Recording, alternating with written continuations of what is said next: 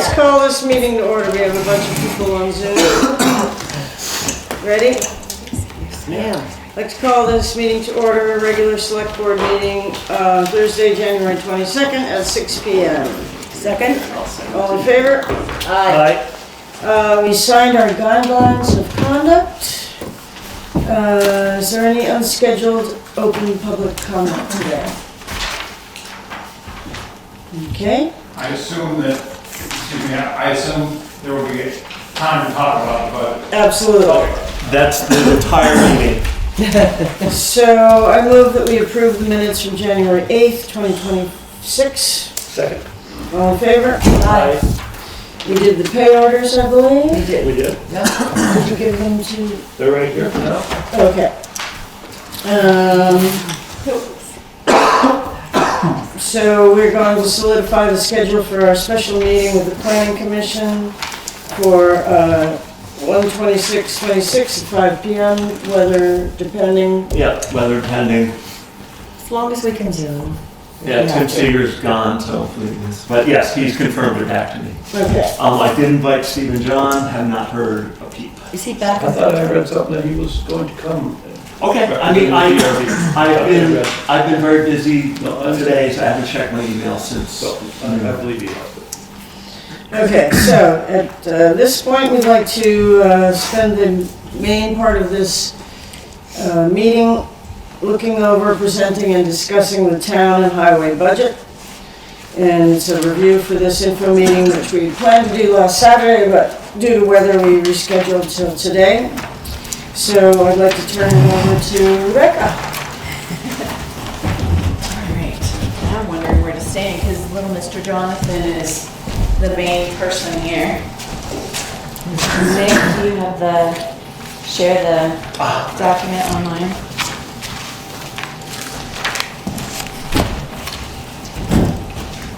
I wonder if everyone's gonna show up at 6:15.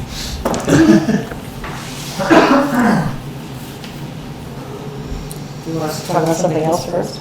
There's really nothing else to talk about. Nice, good, Looks a little better. much better. Where is it? In the door. That door's gonna be painted. Yeah, I was gonna say, it doesn't go. Scanned to you, I scanned it to you. No, I know, I saw it, now it's gone.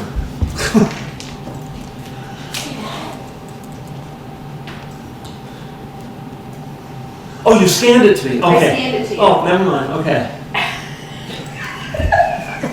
That's what I said, right? Sometimes I do this. I broke the television, I'm really upset. No, don't be upset. There we go. Well, I have to save it. Can I go sit out there and see if we Yeah. have a copy? Right. I was thinking that. You don't have to stand on ceremony, apparently.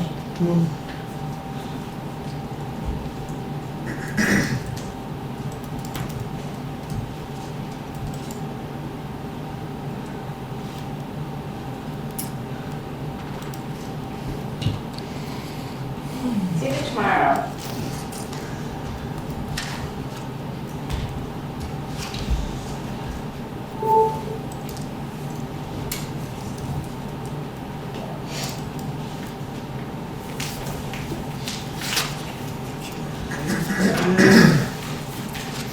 Zoom. Share.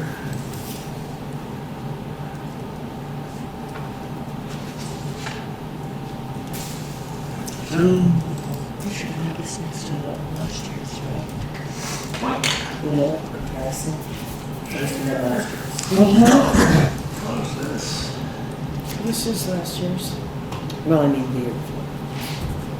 Or this year, you know, the two that we're trying to compare. Perfect. That's what you got here. Let me just see if I'll Get let a little people in. closer, let me know if I'm.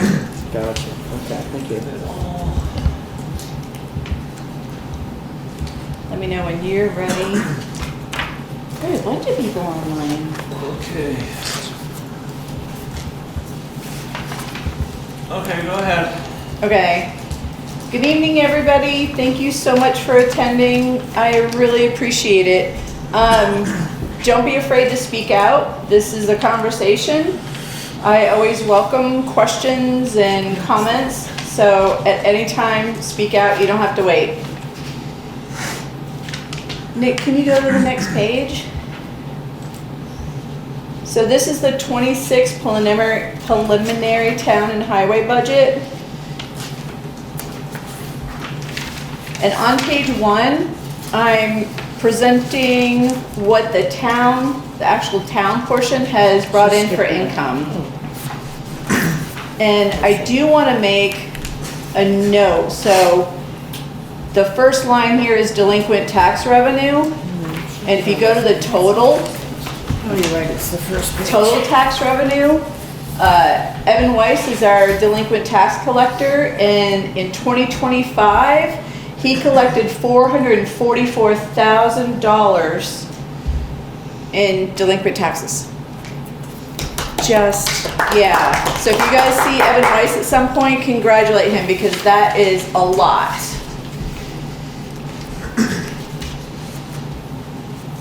So the next section, town clerks, you can see what the town clerk's office brought into the town in 25. It's $17,000, a little over $17,000.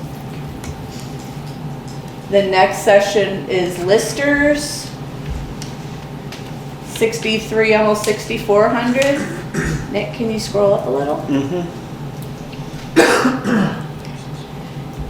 No. Zoning. You can get that towards the top.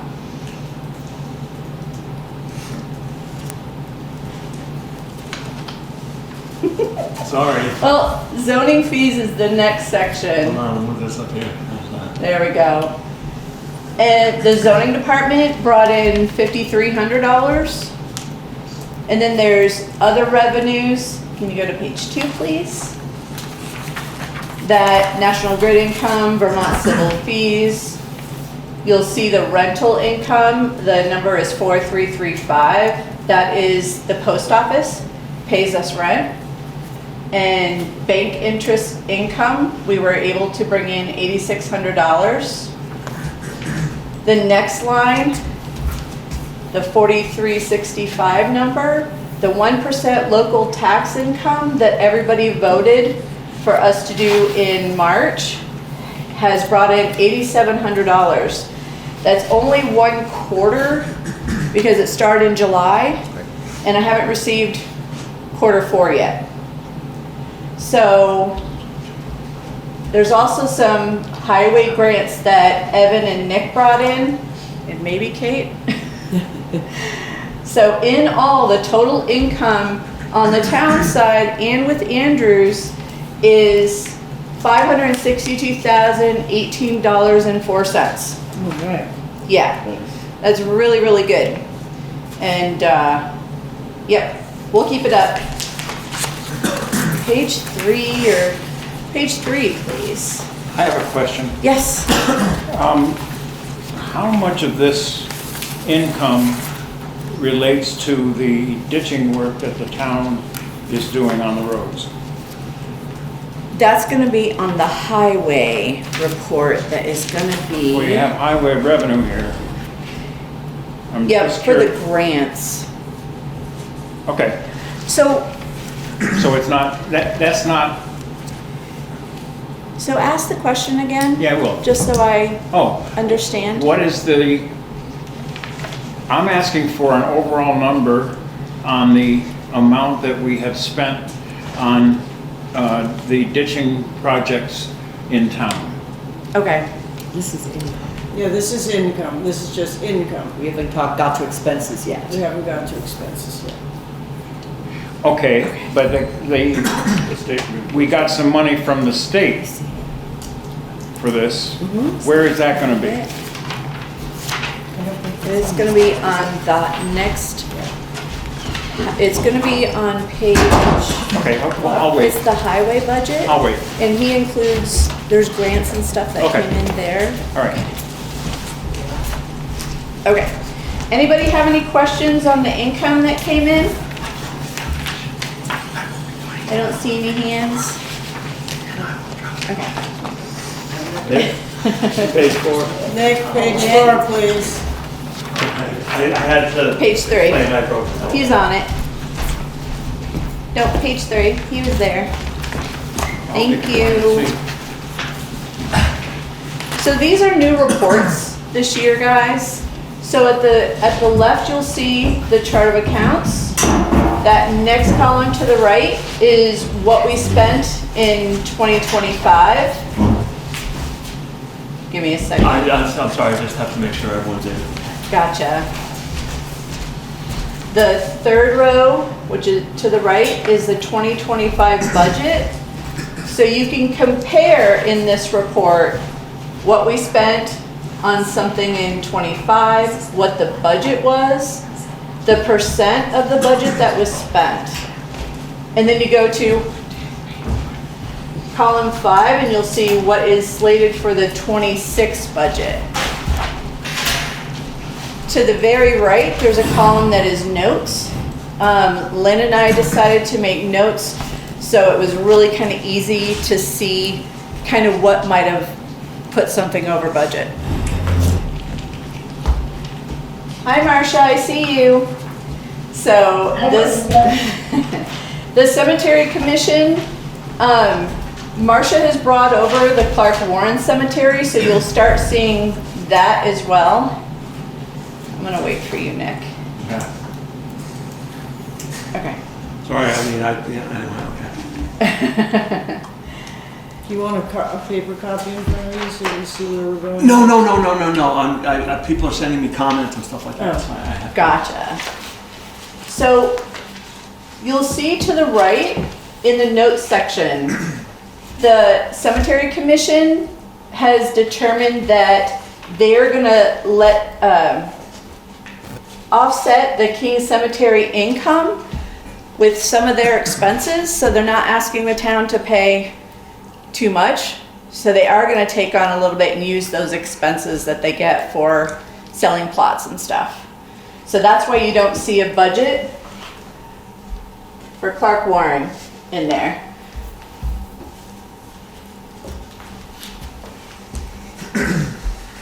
Going down to the MERP grant. Yeah, I'm not sure what to say about that one. No, they have a budget of 500. They do actually have a grant, but they have a lot more money, but we're thinking that 500 is the budget they're gonna spend this year. So hopefully, so if they go over budget, it is money that we actually received. Rebecca, can you? Yeah. MERP, it stands for? Oh, Municipal Energy something program. I know. It's basically, It's the energy. when they did commission. those electrical grant, those energy grants, there was an additional $4,000 that was provided to towns for educational purposes and such. You couldn't do anything, all you could do is print out brochures or have meetings and stuff. And then we didn't get the big grant. We were deemed too rich. And the MERP money runs out this year, so if they don't spend it, it just gets sent back. It was $4,000 total. Yeah. I think they spent $350, something like that. Yeah, I think they have a Last plan to year. spend more, but I think they have a plan to spend. They it this year. meaning, I hope so. The The Energy Commission. Yep. So again, if you guys see this next year and it looks like they've spent too much, they really haven't. They received funds. As long as it doesn't go over 4,000. Right, exactly. They're spending what they've already got. I don't know, they've been pretty frugal so far. All right. I'm gonna let you finish, Yep. Nick. Next section, town clerks. Basically, it speaks for itself. You know, you can see the first one, the 5075, is the COT system. That's the system that they use for land records. Correct. Okay, I'm getting there. And then you can see town clerks, and this also includes Evan, whatever in his department, the expense of salary and wages. And last year, they only spent like 92%, almost 93%. You're gonna see a lot of these lines, and you're gonna see at the end, we definitely didn't go over budget this year. Preservation supplies, professional development, both the clerks, listers, and treasurers try to go to 2 conferences a year. You see forest election supplies. And then, now Forest got an election grant, that bottom one, 5373. And because he's used it. So you won't see it in 26, but you can see what was spent in 24. Page. Any questions on that one? Any questions from online? Raise your hand if you want. So I have a question there, that election supplies budgeted now for 800, and it was only spent 179 last year, is that, is that correct? I'm gonna leave you up to. No, it's the total expense for all of the, creating the ballots, mailing them, postage and all that is about 1,800 per year. And it's the town also foots the bill for the school district as well. Right. Yeah. So some of that grant was used for that? None of the grant was used for elections. That was lighting in the townhouse, all the comfortable chairs that have made everyone very much happier. And other supplies that we use. I could detail the whole thing, but I'm not prepared in this moment to do that. Does that help, Gail? Yeah, it's not a lot of money anyway. No. Next. Page 4. Page 4, please. So page 4, you can see the treasurer's department, the salary and wages, mileage reimbursement. I run up to the supervisory union to sign checks once or twice a month, and then that usually includes running to the bank and also any travel to trainings.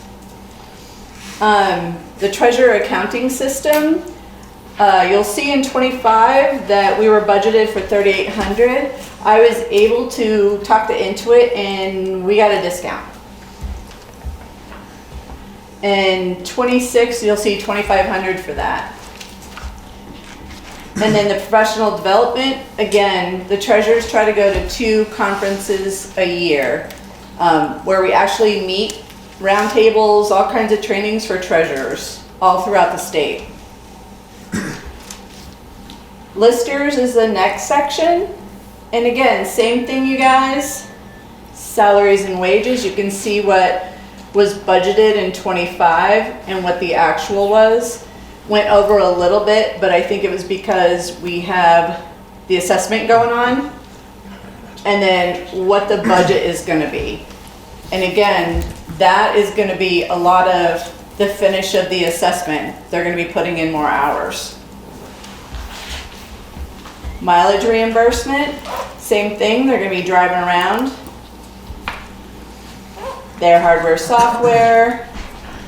They have a ProVal CAM system. It's the valuation program that we.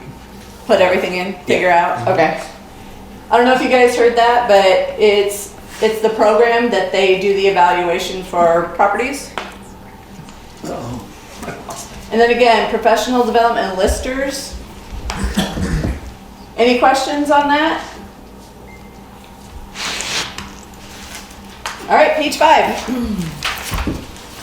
Slow me down, you guys, if I'm going too fast, but I'm hoping I made it a lot easier. Rebecca, can I back up for 1 second? Absolutely. So it looks like we've got like a 23 or 23% increase in the treasurer's budget overall from 25 to 26, something Yes. like that. Yep. Can you tell us like why? I mean, that feels like a lot to me. It's almost a quarter of what the budget was, right? Wages. Is it wages primarily? It's the wages.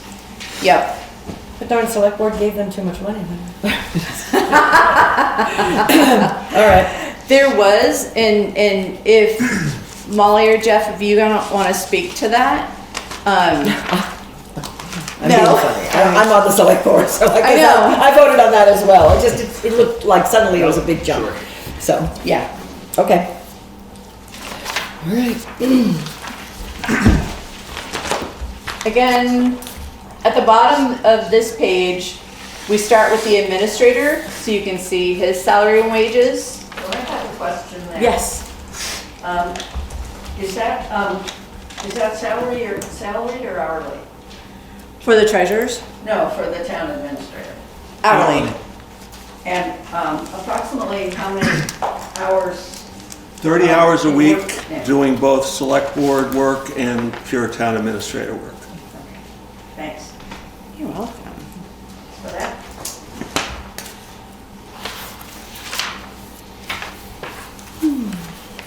So if you could go to page 5, please, Nick.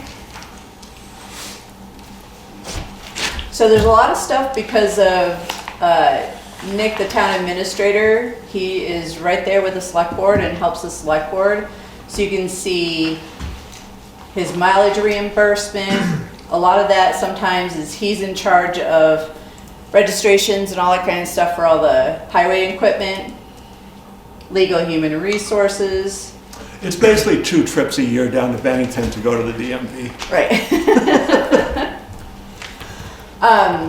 Oh, hold on, we might have some questions. Oh, Hold on okay. 1 second. I feel like I push me back, Jonathan, if I'm scooting forward too much. At an appropriate point, can he say whether he plans to run, oh, Jeff, are you running again? Yes, I am running. He is running. Okay, I need a couple more signatures. Still need some signatures. That's it, go ahead. So, does anybody have any questions about the town administrator? He's the only one who has Adobe Pro. We use him, but to save money, we do only have one person in the town. He does have a phone because he gets so many calls and stuff like that from residents and stuff like that, so he needed to not use his personal phone so much. And he doesn't do a lot of professional development, but he is smart as a whip. I'm sure he does a lot of research. But it's there $100 if he needs it. Chat GPT. Chat, I know, right? I Google a lot myself. Oh, Nancy has a question. Well, I wonder if you'd spend a few minutes to explain the new schedule for salaries and wages that you have implemented this year. I think it would be helpful for everybody to understand that. You want to do it Let me now? or- pass that along, Nancy, to one of the select board. I don't have the paperwork with me to try to explain it. What we're looking at doing is setting up a pay scale so that as people work for the town, they get a pay raise each year, or every other, depending on how long they worked and how long they've been in their position. And it's a way to not get stuck with massive requests for huge raises because people don't get raises for 10, 12 years, and then all of a sudden they should be getting a raise and should have gotten a raise all along. And it's a set 1.5, or, sorry, I can't even remember, 5% pay raise for the first couple of years, then it goes up to 7, but it's only every other year, and then it goes up to close to 1% every third year. So without paper sitting in front of me to show you exactly how that works, we've determined that if you're starting in the road crew and you have no experience, and you come in and you're at level grade 2, step 1, and then you go get your CDL, so then we will bump you up another step. And so it's an automatic thing, so we're not trying to constantly figure out what we're doing for wages and what the employees can know what they can expect each year for their pay raises.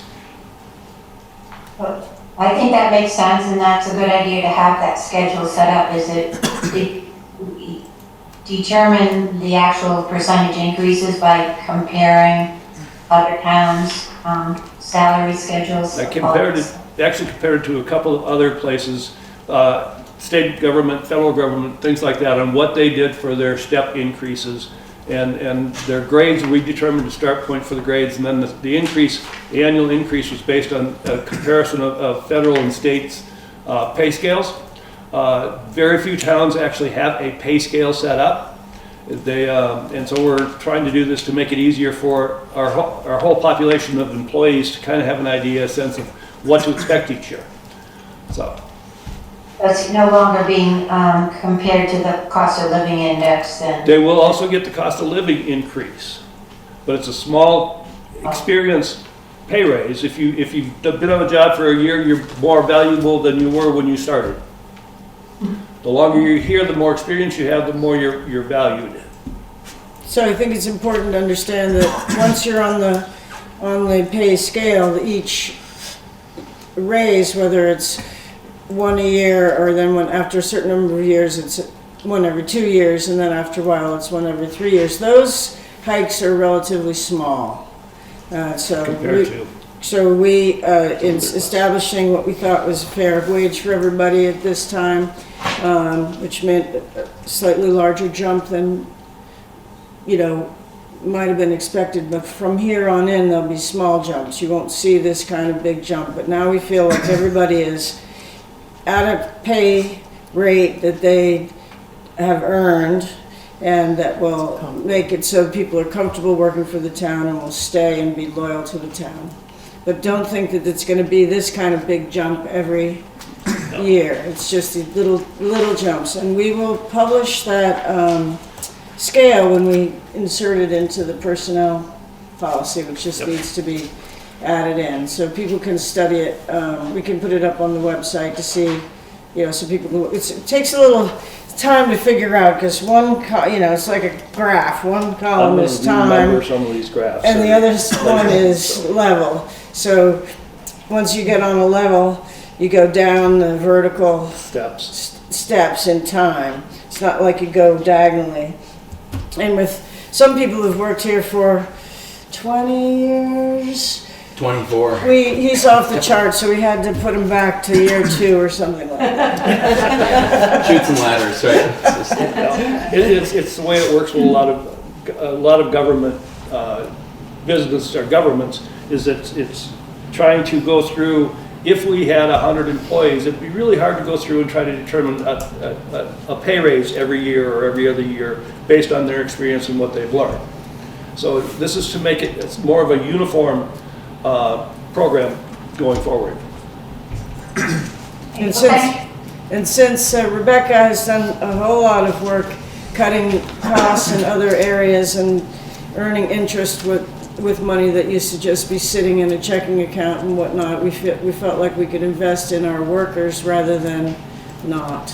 And I think if you watch the presentation through, you'll see there's been some great savings in other areas. Yeah, and just to add to that, because Kate, you said it looked like there was a large jump to the treasurers. The select board brought us up to par, so they kind of felt what we were earning wasn't quite where we should be. So they did bring us up to par, and that's why it's a little bit of a bigger jump this last year. Nick? Catherine, go ahead. Catherine Rhodes. Hi, everybody. First of all, thank you for all this hard work. So far, it has been very clear and easy to understand, and I really appreciate that. The step format, I think, is extremely appropriate, and that also exists in the public school system. That's how school teachers get paid, is they're on a step, and then they keep climbing the step, and then if they get more credits through like more degrees or anything, they then get bumped. And I think it makes a huge amount of sense. That's all. Thank you. Thank you, Catherine. Can I thank the select board real quick, because they worked very, very hard on this. There was a lot of research. And we are very appreciative, Jeff. Very appreciative. Yeah, as soon as you want me to, I can put it right into the policy. And Yeah, we'll do it reissue when the we policy. can make a motion to that effect. Okay. Delinquent tax collector. Evan has 3 titles. Lister chair and delinquent tax collector is one of them. And so you can see what he earned in 25. He was a little below budget. And then what we think he's going to earn in 26. Just to throw it out there, you'll probably see it on the town report, and it's going to be a little adjusted. The town does have around $500,000 still sitting out there in delinquent taxes. And he is right on it. Everybody gets a monthly bill and notification. So we still have a lot of money that is owed to the town. Yeah, Rebecca, yeah. I do believe, Forrest can correct me, but is the wage set for the delinquent tax collector Yes. controlled by another entity, or is it us?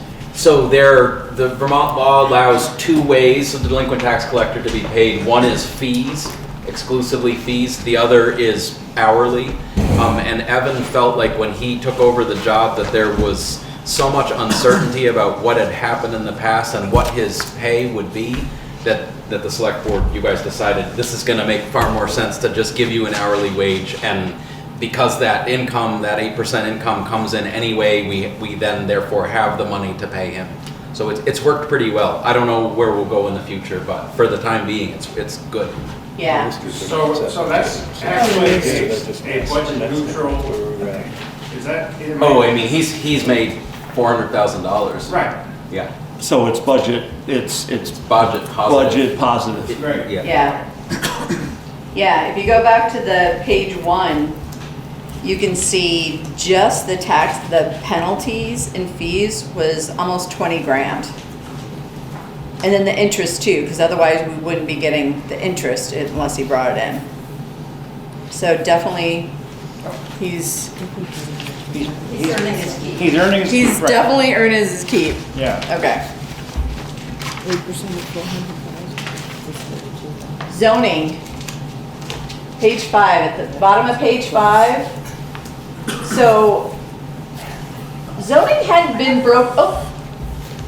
zoning hadn't been broken out so much, so you may see it's broken out just a little bit more. The salary is there, so, of course, a lot of this was Mary and then some Jessica. 26,000, only 27,000 spent in 25. It was under budget for what we had slated.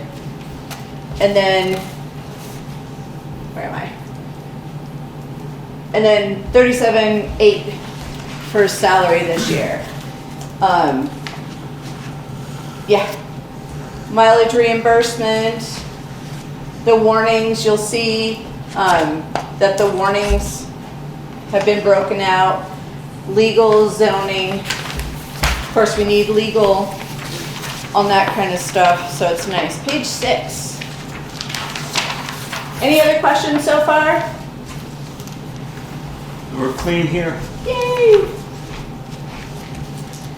Postage, zoning, all the supplies, professional development, should any of the zoning people want to go to any kind of trainings. Next session is select board. You can see salaries and wages. And they have some new stuff on their budget as well. We pulled over some stuff that we felt kind of should fall under their kind of budget. So public notice announcements, SoundCloud is theirs, Zoom is theirs, legal, anything that they need to check with Bob Fisher to make sure we're doing right. Yes. And I think the 49 is incorrect, I think, because it was 15 per for the stipend. What are you talking about? For I'm the sorry. select boards. Wages. 2025 budget should have been 45 maybe. It should have been 45, yeah. Yeah, that's not an equal fee number. I think that's just a Gotcha. typo. Gotcha. Lynn, could you make a note and we'll fix that? Yeah. Thank you, thank you. Also, aren't we going to include the BCTV in our budget I think there's just a- Zoom next video? year? Is Yep, that- is it's that- I don't see it. 508. It's Zoom video. It's with the Zoom. Okay, that Oh, needs Zoom to be. video, okay. That one thank you. needs to be, That so I needs- have 1175 for that. Okay. Oh, yeah, no, that's right. Okay, So that that's right. includes Yep. the I'm sorry, I was looking at the wrong Okay, thank you. Year. year. Thank you. Sorry about You're that. welcome. Gotta pay Steve here. And Alex, I mean, sorry. any questions about select board stuff or anything so far? Stephen John's raising his hand. Oh, Stephen, go ahead. Thank you, Stephen John, Chair of the DRB. I just wanted to take this opportunity to thank Mary Sargent for her many years of service enforcing our zoning regulations.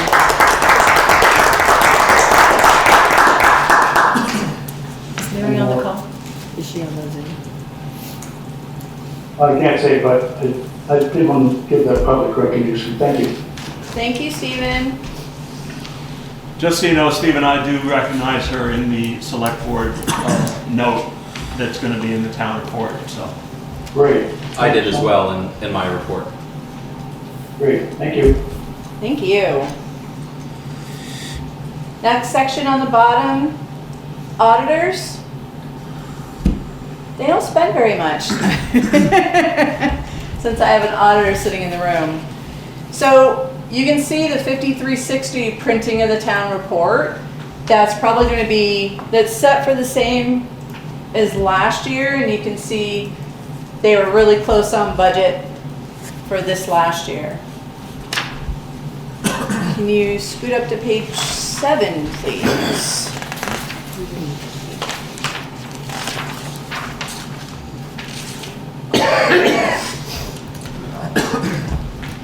So, very top line, other paid town officers.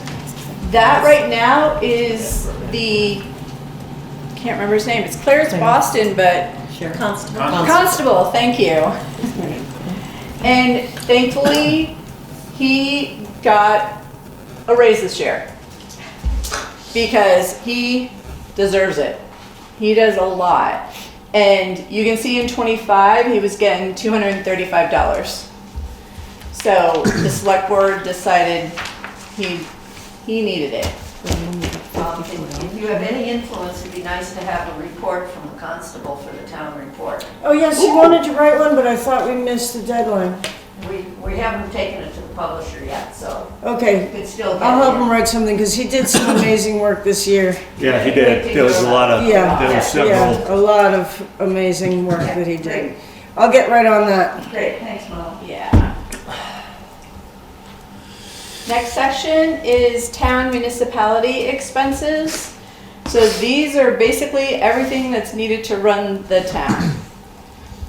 Legal expenses, just the town side doesn't really use them. It's all the other departments that tend to use it, so that's 0 this year. You'll see the IT company this year, we went a little over budget, but it was because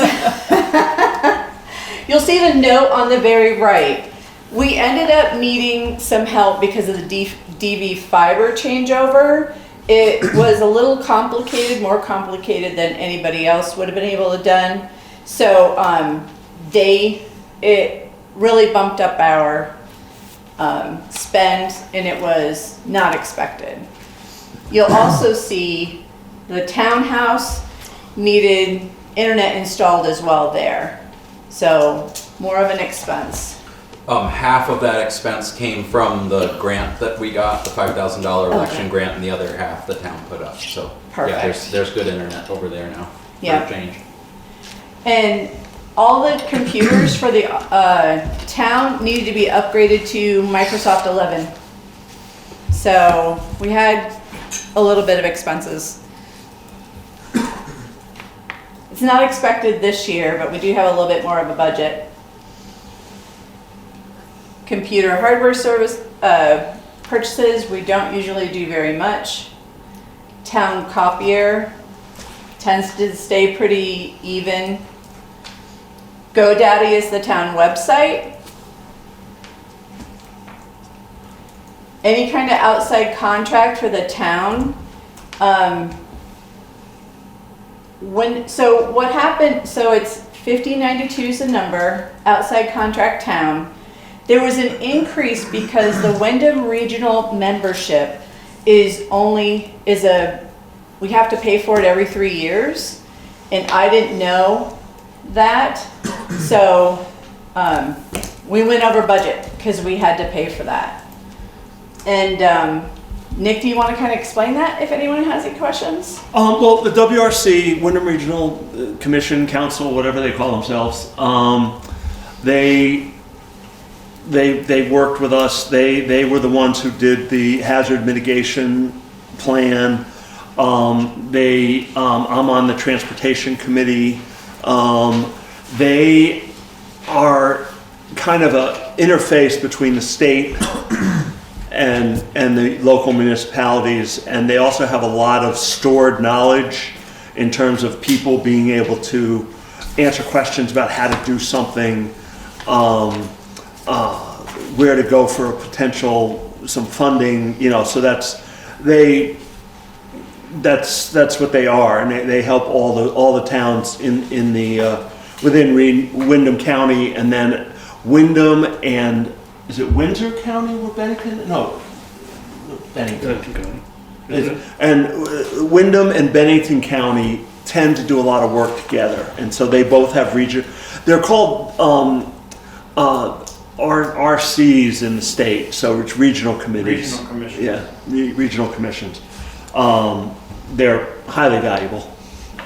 Yeah. And Lynn and I have set up a reminder for when that comes up again, so we don't miss that again.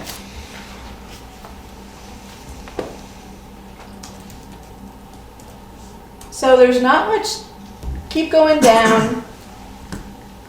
The postage for the town, I didn't budget for that very well. We ended up needing, the town office uses pre-stamped envelopes. We ended up needing 2 boxes this year. They're about $500 a piece.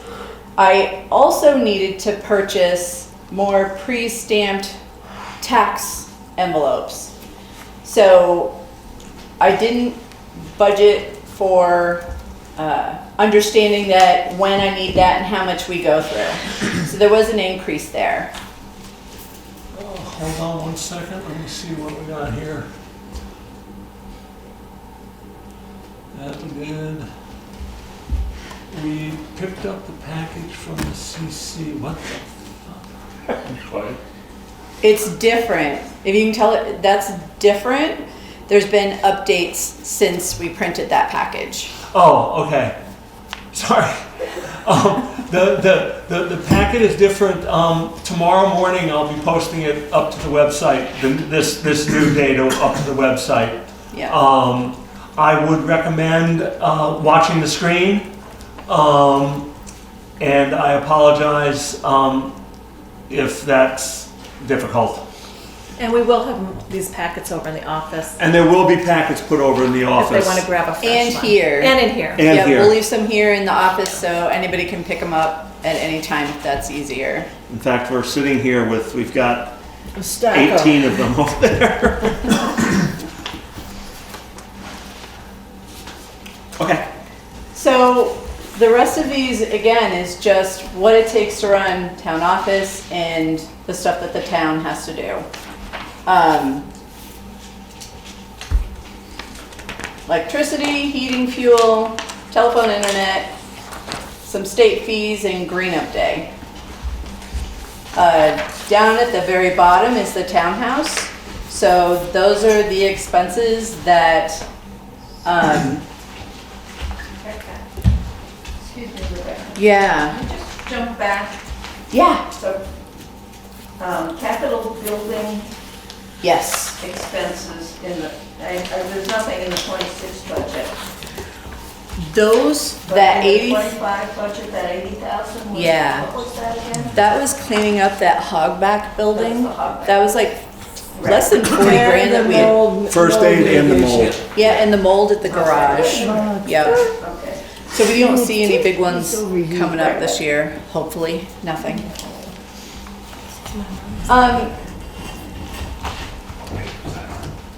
I'm just looking at the townhouse then. The what? The townhouse electric. Yes. We may have to double check that because I feel like 3,000 is a lot, but There's no way that.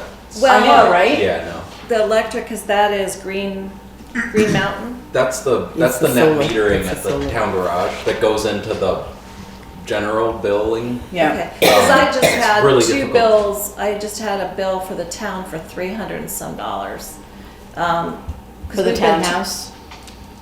Yeah, Yeah, we're going through more because we're of, going through a lot more. yeah, the DB fiber does add, the pad DB fiber does add a bit to the town's electric bill, but they do give us money back quarterly to cover that.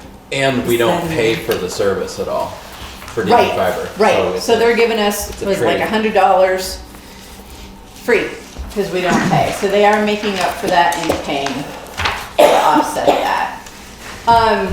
The electric townhouse, we're gonna double check that, it just seems like a lot, so that's something that Lynn and I will check on. Dog hairs. Nick, can you go to page 9? Page 9. How's my time going? You're good. It's, you've got another hour and 15 minutes. Oh, good. But if you did it in less, that would be fine. I know, right? I'm trying to be thorough, but not like, yeah. So second line down, you're gonna see VLCT and passive dues. That is insurance. And the reason why we went over in 25, it's, the reporting that they give us is a nightmare. Like literally a nightmare, because we have to break it out between fire department, highway, and the town. And it is not clear whatsoever. I've had 2 trainings from the main person at VLCT, and she even gets confused. So I think I figured it out, but I think it was like yesterday or today. I'm like, okay, we're gonna try it. So I'm hoping that we'll be able to predict 26 a lot better. Okay. Sorry, gotta check something again. You're fine. Never mind. Yeah, Catherine, just to let you know, that 3,000, they're gonna check that. That just may have been put in the wrong box. And the general liability, Rebecca? That's part of it as well. Okay. Yep. They are extremely expensive in my opinion. Oh, gosh, yeah. Yeah, nightmare. Public officers liability 0.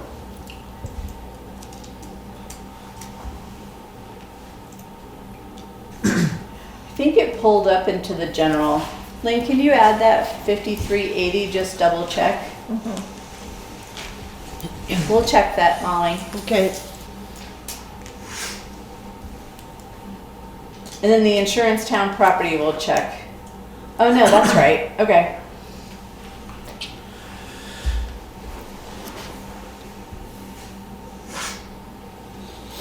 All right, so that was all insurance.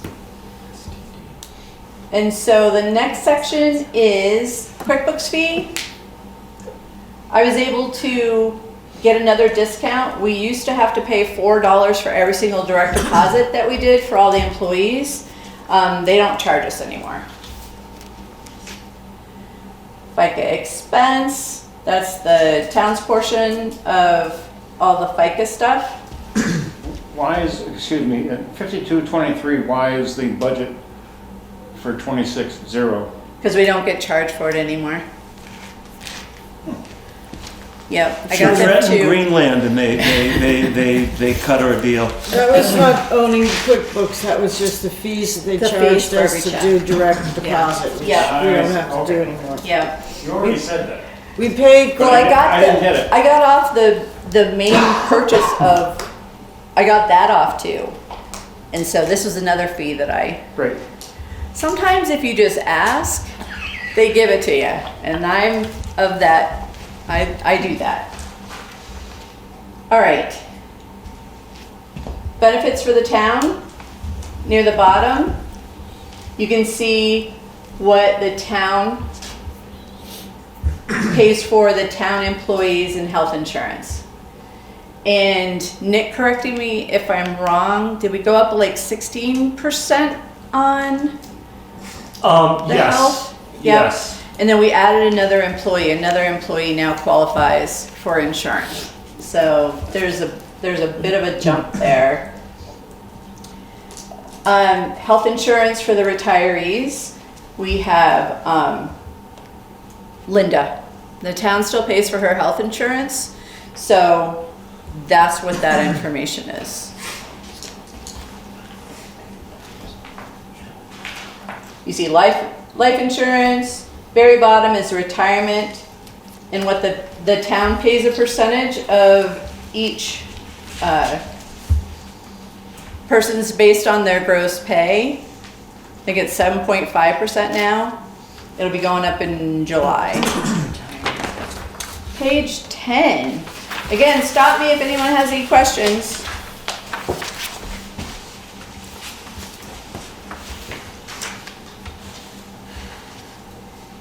Say vacations, sick time, and personal time. So you'll see in the budget in 26, I've moved those into the salaries. I didn't actually like them. I thought it would behoove us to separate them out, and I decided this year not to. So those numbers are in each department's salaries. Rebecca? Yes, ma'am. The retirement VEMR's recovery, Yep. didn't we say we were gonna put some? It's a special line at the bottom because we've already spent it. Okay, So it'll be, yeah, added down below. okay. Good question. I've added the commissions for the town. So almost everybody gave me their budget. Planning commission, I'm not sure if I've received that yet, but those are the budget that those commissions have requested for the year. Can I add something? Yeah. This is Tim Seeger speaking, Planning Commission Chair. It was my fault that I hadn't submitted a repeat of last year's budget, but we will need, particularly as we finish the subdivision regulations, need to notify surrounding towns and there will be expense, so apologies. I would like to repeat that $600 from last year, which we spent zero, actually. Right. Right. So if you wouldn't mind, I'd like to get everything in writing. If you could send that in I writing. will do it, definitely. I'll send you right away. You are amazing. Thank you. Tim, if I can just suggest, you may want to try and include what you anticipate any legal fees of having Bob review the bylaws. Okay, thank you. All right. Down to the bottom in services. So mutual aid assessment, that is a fee that we have to pay to mutual aid. So that's the system that tones out fire department and rescue and stuff for our fire department. You can see the recycling center, that has gone up a little bit, but we spent less than what we expected. So I think it had to do with our new system and how things are picked up and stuff. I think it limited. We're getting more bins full and delivering them full as opposed to 3/4 and half. So I believe that has helped a lot. Wyndham Solid Waste membership is down towards the bottom, $53.95. Rebecca? Yeah. Andrew, did you put your hand up, or were you just scratching? I'm good. Okay. You see it all the time, you get to ask me questions. Wyndham Solid Waste membership is to the dump in Brattleboro. It makes it to where our residents can use the dump. We can pay to use the dump. Yes. We can pay to use the dump. But what it is, like I received a report from them, and it's really kind of cool. They have their budget, and they have, whatever the income is to, that they get from people buying tickets and stuff. And what they do is whatever they need left to fulfill their budget, they by population for each of the town memberships, that's the fee that we get. So it really is just to help finish so they can run, but it's not always gonna be the same. And I think someday if our census is correct, that'll be a little bit of a drop, because they're going by that last census, which is incorrect. But we get whatever that percentage is for our population. So every time I go to the dump, I'm reducing our payment to Yeah, W. Okay. yep. Keep going to the dump, Molly. That makes me feel good. I just learned that, so that was really cool to learn. Wyndham County tax assessments, I can't remember what that is. It has to do with, do you remember what? It's for state, it's for county government, and it's a bill that we get sent every year. I can't really speak to what it is, but there's a county clerk, there's some level, very minimal, but some level of county government, and I believe each And town. court systems. Each town pays in some amount. Okay. But I don't know more than that. Perfect, there's a couple things that it still confuse me, I haven't researched, so, thank you, Forrest. Sounds like somebody's getting rich at our expense. Right. Right. Hey, Right. And so you can see sheriff office expenses as well. so I have a question about that. Yeah. What is the arrangement when the sheriff tickets speeders or whatever? We get money. We get money back. And where might that be? I will show you. But if gonna we be on do that tickets income. on 9, we don't get the money. Do we? We do? It is in Just doesn't, I mean, I would page two, just that say, top one. in general, Vermont civil fees our income. speeding issue, at least Yep, through that's what we town, get back from the tickets. All right, radically improved.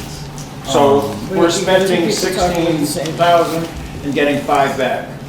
Yes. Okay. And that's the patrol and stuff like that, and I believe we upped their patrol a little bit, but, you know, we'll see Yeah. another year to see how that works. Yeah, the contract, it's a fiscal year contract, and so we'll be in renegotiation with them coming up.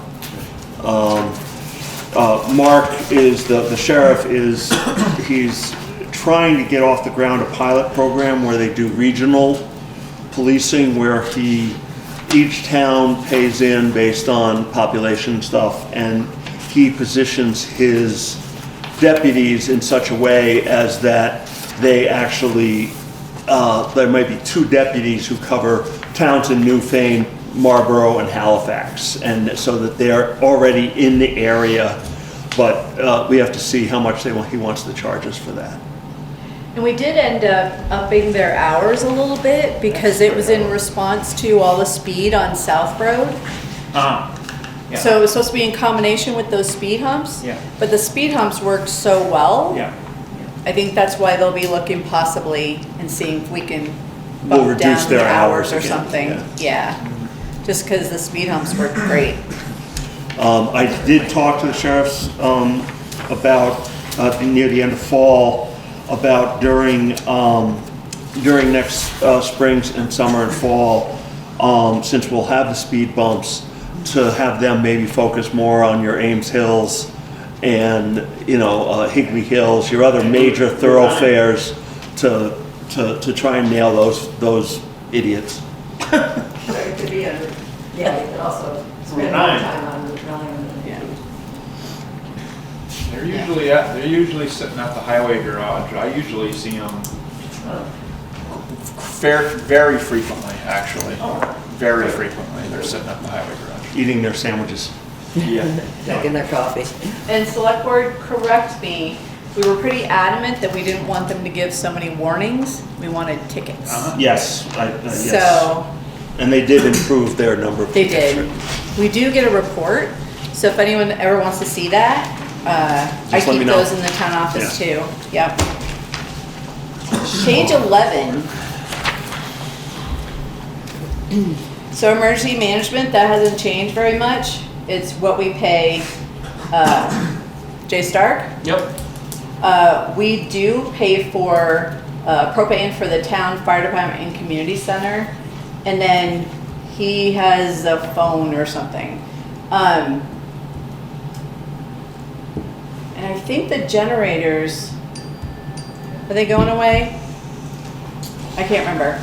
We didn't spend that much on, actually, anything on generators this year. Ours So- went away. Well, it's, yeah, our propane fired backup generator that we got used after Irene finally gave up the ghost. We got 2 Tesla Powerwalls as backup now for the town office. And the fire department still has a propane backup generator for power there. And I think the arrangement was that the town would pay the maintenance fee for the generator here. Right, Yep. for the backup here, yeah, okay. Yep. Catherine, go ahead. Thank you. I just wanted to briefly go back to the sheriff, the contract with the sheriff's department, and put in a request that yes, they spend more time on Ames Hill. I know that Higley Hill is a main thoroughfare and gets a lot of traffic, but so does Ames Hill, and sometimes it is freakish how fast people drive on it. I agree 100%. I agree 100%. Yeah, I just wanted to request the select board take that into consideration, and thank you very much. Because the road's so good. Except for that one. I think you need to say that louder. Maybe we put speed bumps on it. Oh, there you go. There you go. There's already one in. Well, just don't fix the frosties. Okay, go ahead, Rebecca. And page 11, just the banking expenses, you know, our checking accounts and stuff like that, just basic fees. And so, darn it, didn't do it. So at the very bottom, you guys are gonna see capital building repair funds. And what that is that's a capital account that we're gonna start saving money towards any kind of building, town building expenses in the future. We don't really have any, except for the equipment account, we haven't put aside money for those extra expenses and stuff like that. So we're gonna tuck away 15,000. We did do 15,000 last year, but it was basically set aside, the town office needed a new furnace. So that was around the 15,000. I am asking for the operational reserve fund. So the operational reserve fund, which is just below at the $10,000, is just a basic savings account when we get hit with any kind of overage with any of the other items. So it is there just in case something happens. And we all know there's emergency stuff happens, and we don't want to buffer all the stuff that we think might happen. We want to do an operational reserve fund. So we're going to start one. Really would like to start one. So I think it's an article. It's an article, I don't remember. If you do that, it'll be 10,000 a year or whatever. I think every year we'll consider like whatever the budget's going to be and what we could afford to put in there. So. But the capital repair funds are expected to be 15,000 each year going forward? Or? I feel like it's the same thing. We'll determine like expenses and all that kind of stuff. Honestly, I would love if we could afford to put a lot more money in. But I just wanted to start with something. And the hope is too, with the assessment and all that kind of stuff, maybe next year we could park away a little bit more. But I just wanted to start. But if you guys are like, no, we want more money, you just tell me, I'll park more money in there. Now the bottom line on page 11 is going to be the Beamer's recovery funds. So you guys probably heard me talk about this for the last couple of years. The town got hit because with the Vermont Municipal Employee Retirement System, which is state regulated and state required, that employees who work 24 hours or more a week, we are required to cover that. Linda was never covered. So we worked with the state, and they worked and gave us a system, and so we had to come up with a lot of money. Nick had been, since he had been here, he hadn't been covered, I hadn't been covered. So there was. And Forest. Oh, and Forest. Yep. So somehow it had slipped through the cracks that these people were required and we weren't doing that. So we had a lot to catch up on. It was around $265,000. So what the select board has decided to do, there was a lot of options we could do. So we're doing a special line, so eventually we can make up those funds. But they decided that it would be great to use the amount that would be the smallest hit to the town tax rate. So that's the amount that would have taken us around 5 years on the report that I gave them. But I can't remember who did it. You. Nick had a great idea. Again, we are going to take a look at next year, see where we are. Can we up that a little bit so we catch up faster? Because also, for all of the, we needed to do a lot of equipment purchase and stuff over the last couple of years because of maintenance shortfalls. And within 2 years, we'll be zeroing out a lot of the loans that we're paying right now for that, which Rebecca will be going over, but that then will allow us maybe to, so let's do the small amount now, and then as we pay off those loans, that might free up some extra money to be able to pay off this thing faster. He said it was over 200. Like 265. And that was about 70% of what needed to be, because what VMERS does is they figure out what you actually owe and then they cut it. They take like 25-30% off the top and you put the money in, because VMERS is just like Social Security. It's a rolling thing. And so they say, okay, if you put this much in, then within a certain amount of time, interest bearing will make up any difference into what you put in. Yeah. And we did have to pay in one big chunk for Linda, because to be qualified for VMERS, you have to be an employee. So we had to carry her as an employee for a little while. Page 12. This is the town budget, 2026 total. Wait, hold on. Sorry. Hold on. Got another Slow me down. question here. Can we get the system that was presented when the additions? Can we get the system that was presented when the additions are posted? I'm not sure what you mean by system, but Maybe he can come on and, yeah, if you can come on and explain what you're saying there, Louis or Nancy. Can we get the presentation that was presented when the additions are posted? Yeah, it'll be Can we on. get the presentation that was actually presented? Instead of Yes, this will. what you gave us before, what we picked up earlier.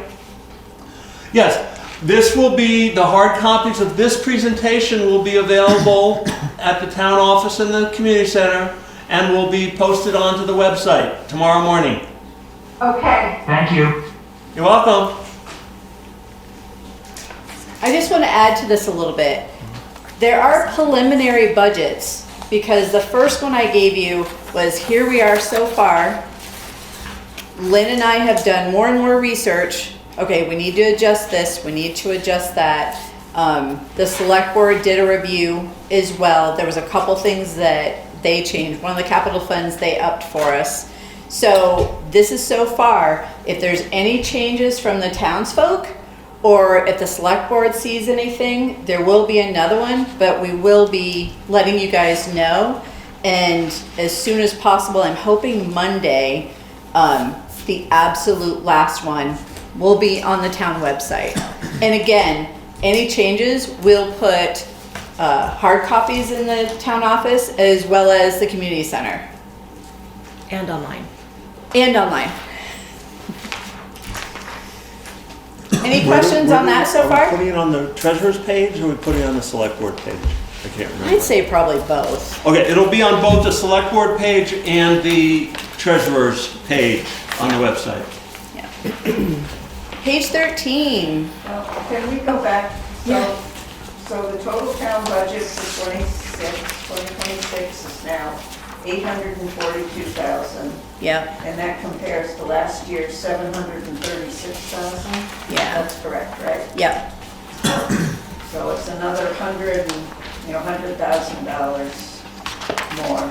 Yep. So I have a question. So the VEMA's recovery funds that are in here, were they not in last year's budget? Is there No. nothing in last year's budget for the No. recovery funds? This is the first year they're showing up. Yeah. Yeah, no, they were a payment that was made, and now what we have to do is, on recommendation from Bob Fisher, is we need to now pay it down, and that's when it gets put into the budget. Okay. In other words, we paid those 265 odd thousand last year. No, 24. 24, right, in 24, and now we are doing line items to include it into the budget. Yeah. Gotcha. So basically, we didn't know how to do it. So eventually, we had Bob Fisher come in and say, please tell us what the best thing is. And he said, he talks with a lot of towns, and this is how they do it as well. Yeah. Is there a loan out for that amount of money? No, we don't have any loans out right now, except for the remaining equipment loans.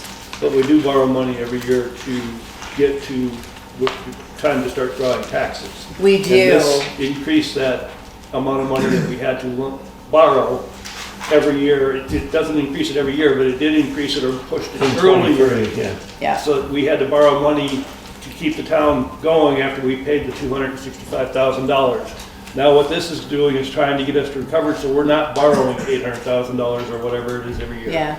Well, it's that and plus the delinquent taxes. Yeah. Because $500,000 is still owed to the town.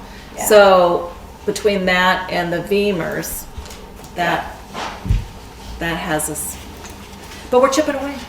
We are chipping that. We are chipping away. Everybody's trying very hard to be within their budgets. All right, page 13, highway.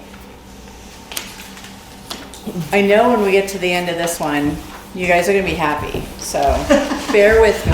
Very lean. All right, top of page 13, the highway revenue.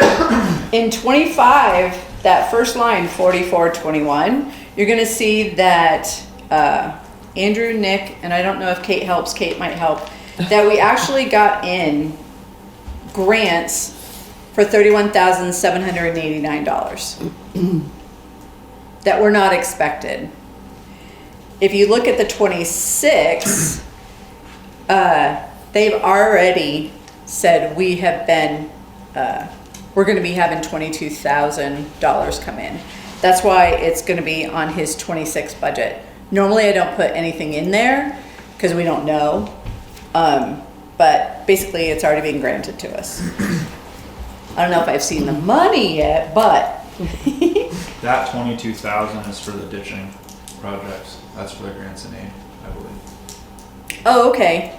Will that help answer the question that? Adams Brook or on Ames? No, this is for the Amesville project.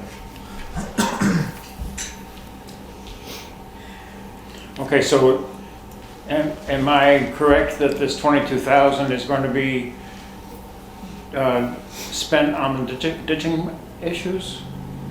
Or I don't know how much exactly that project is going to cost, but that 22,000 is what we are going to receive back in reimbursement from the grants and aid program from the state of Vermont.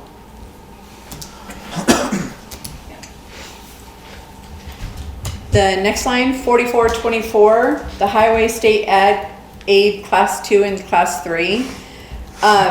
This can be sometimes confusing. In 25, you can see that we received 71,000, but in 26, I'm expecting a little over 142,000.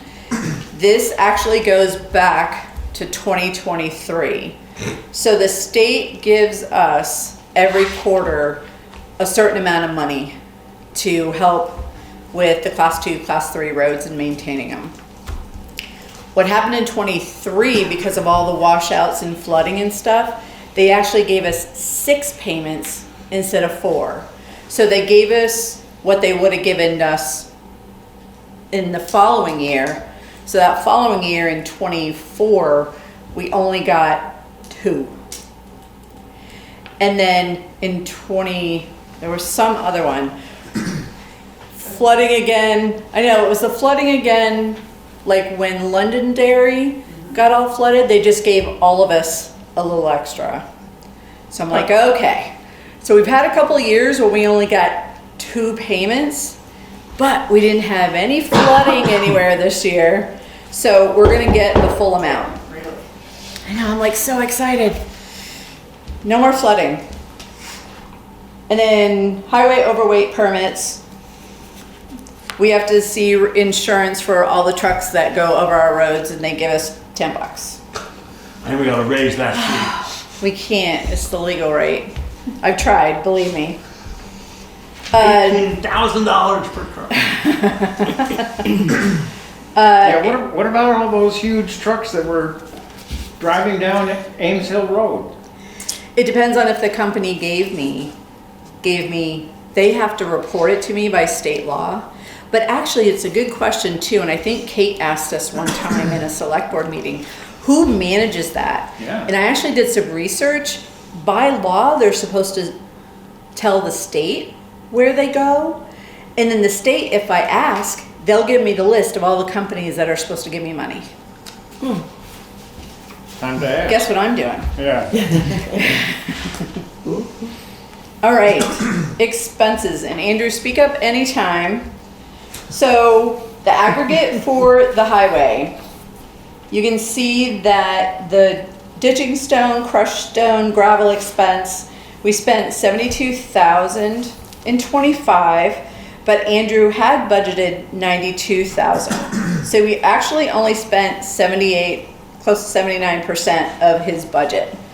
So in 26, you can see he's going very close to what he actually spent this year. So he's asked for less money for his aggregate.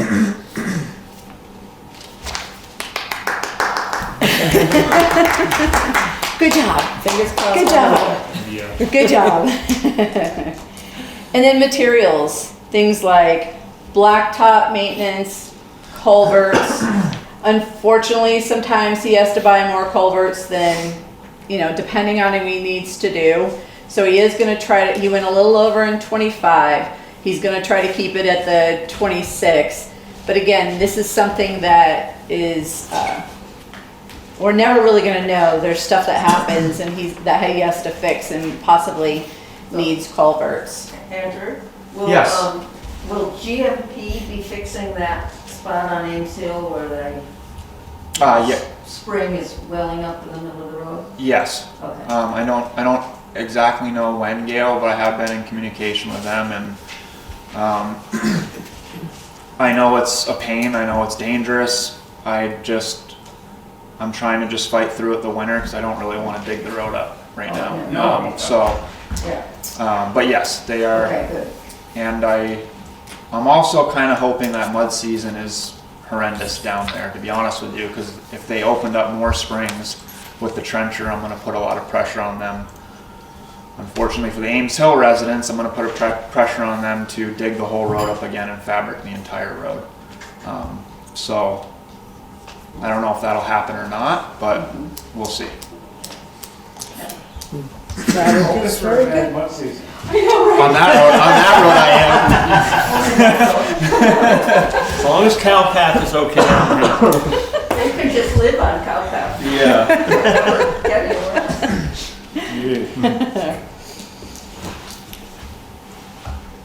All right, blacktop maintenance, oh no, concrete headers, there's nothing.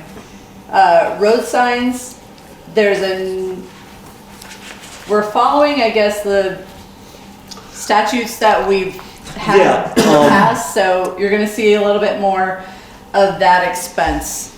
We're gonna make sure all the road sign, the green road signs are correct for everybody, and everyone's gonna get one sign, and then if a private driveway loses their sign, I'll order it, but they're gonna have to pay for it.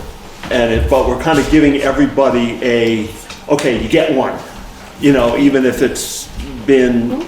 These are private roads you're talking about. It's, the private drives, like Honeycomb Hill, and if it's a town road, of course, we replace the town road sign. It's just, that's why there's an increase here, because I've got 7 signs I've got to order as soon as the weather gets nice enough for Andrew to be able to install the poles and stuff. And there's a backlog of other types of signs that we need that we can't really afford yet. There's a few safety signs that really should be in place, and more speed limit signs are needed, I think, to really enforce the speed limit. But those are very expensive, so we're not going for that this year. Well, just because and I'll say this also to the people on Zoom and stuff, how did you find the speed bumps in the center of town? I love the result. Me too. I thought they were great. Okay, I'm just, it's, we struggle with that. Yeah, I heard some very good comments from people in town who were complaining about the speed before, so. I felt safe crossing the road from our parking lot Exactly. to the town office. Yeah. Exactly. Didn't have to run.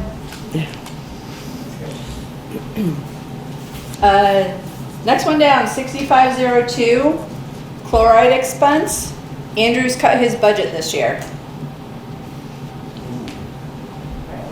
Yeah. Is that because you have extra left over, or? No. Well, I do have extra left over, yes, but I'm going to use next summer as like a test summer. I'm gonna try a different product. It's a concentrate. They use it on race car tracks, dirt tracks down south. And if it works, if I can find the right ratio for the concentrate to water, I'm hoping that I can utilize that more. And I think it's like. Did I say $500 for a 5-gallon pail, or was it $100 for a 5-gallon pail? I don't remember. It's super cheap. It's super cheap. Is it less toxic to the? No idea, Gail. I couldn't tell you. I was thinking of the dollar amount, to be honest. We're all gonna grow a third head, that's all. So that's kind of what I wanted to try. I wanted to try saving the chloride for like your Ames Hills, your North Ponds, your Higley Hills, stuff like that, and then the Town Hill's a heavy travel road, and then try that concentrate on roads that don't get as much traffic, and see how it goes. I could be a hero or I could be a zero, and we're gonna find out really quick. My neighbors might not like it, but you don't have to be so great on North Pond Road. It can be dusty every once in a while. Yeah. Because it's never been dusty. I'll give them your phone number. I know, right? All my neighbors are gonna be calling me. Hydro seeder expense. Same as last year, but he didn't really spend a lot last year. Oh, So, I did. huh? I made a mistake. Oh, you did? Yeah. Hydro seeder need to go up? No, Oh. I spent too much money. Oh, okay. Most of that money was I overspent on the mulch that we use for our hydro seeder, Oh, yeah. and I couldn't remember how much came on a pallet, so I ordered 2 pallets, and then when we got them, I was like, oh my gosh, I probably have enough mulch for 2 years. So that was my mistake. It happens. But we have the mulch now, so. Yeah. Right, exactly. We'll save the money next year. All right, 6510, winter salt expense. We did go over, but there's very good reasons And I'm sure Andrew can answer, but that's all dependent on weather. So he really has no control over that. Yeah. And so it got bumped around 30,000 this year. And with all the ice storms and stuff like that, who knows how that's gonna happen. Just so you guys know too, if you haven't met Lynn Shorman, she's the assistant treasurer, and she does all the billing, everything.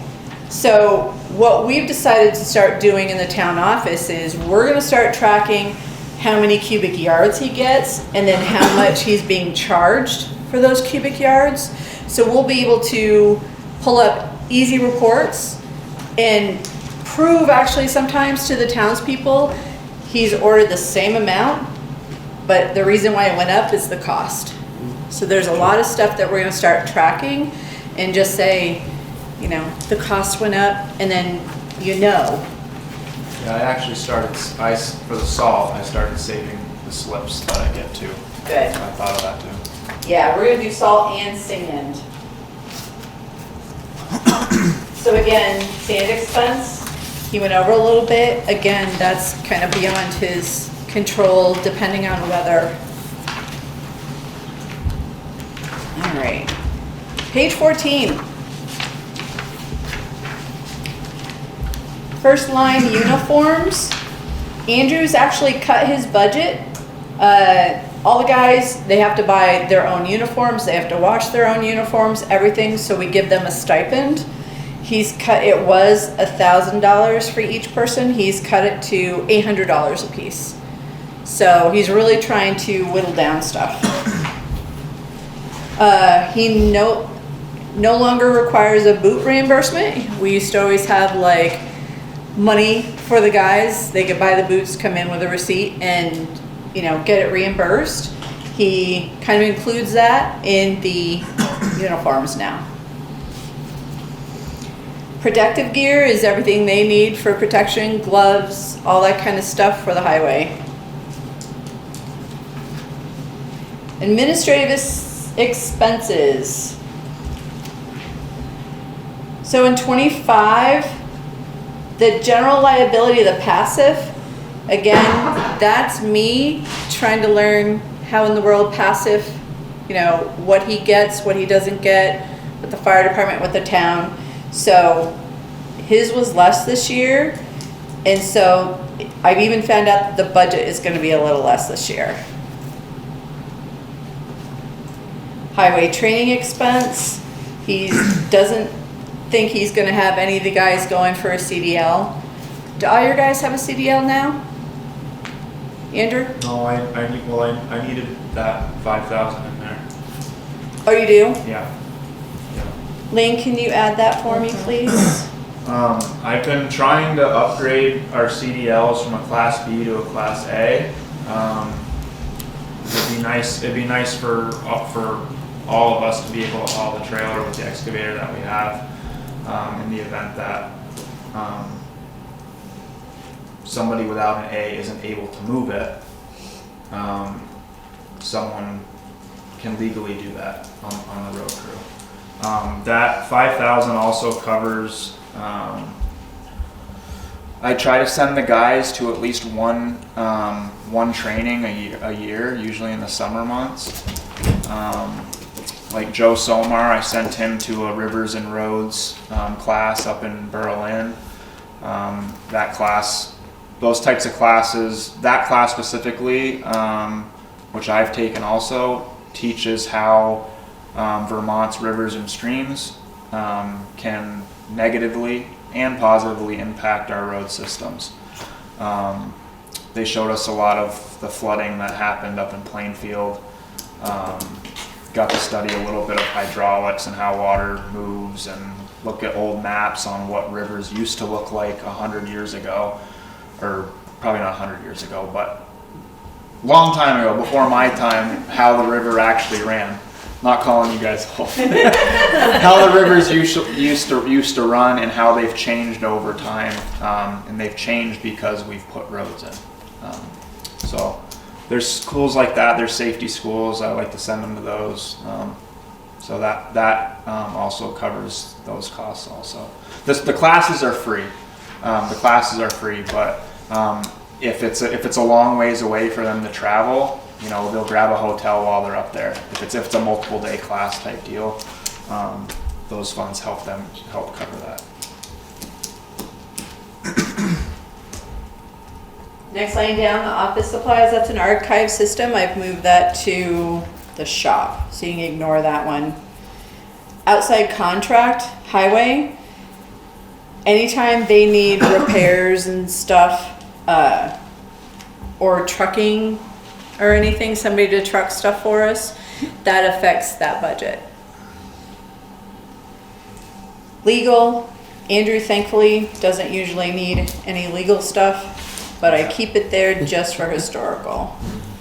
Mileage reimbursement, a lot of that has to do when he has guys doing some running back and forth. In the training sometimes, the guys would get mileage reimbursement.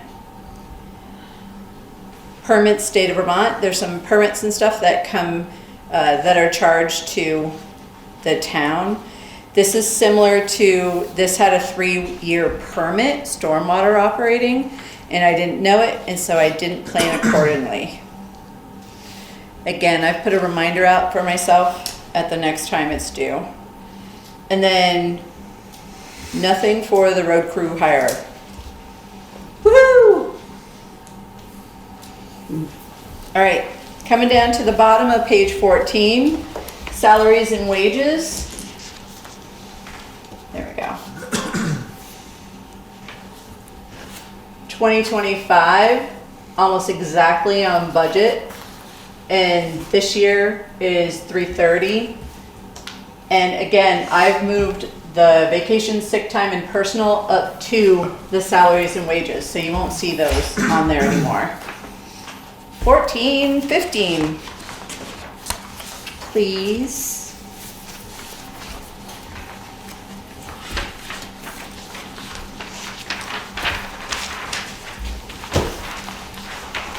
Benefits for the highway, you can see health insurance, what we pay for the health insurance, life insurance, and what we pay for the Beamers, what we've paid for 25, and then what we'll be paying in 26. Now, Beamers has a fiscal year, so they'll change the rate in July. We'll go up to whatever they require for those rates. So that's accommodating for that. Something we don't have Why any. why was the life insurance so much more? I'm getting older. So that had to do with, it's impassive, or is it impassive? No, that's I miscalculated. NSI. I miscalculated that one and didn't plan a quarterly for that one. Huh. I think what it was is I think I Should looked we at charge a you for that? quarterly bill. No, actually you did. I pay taxes too. Yeah, I learned.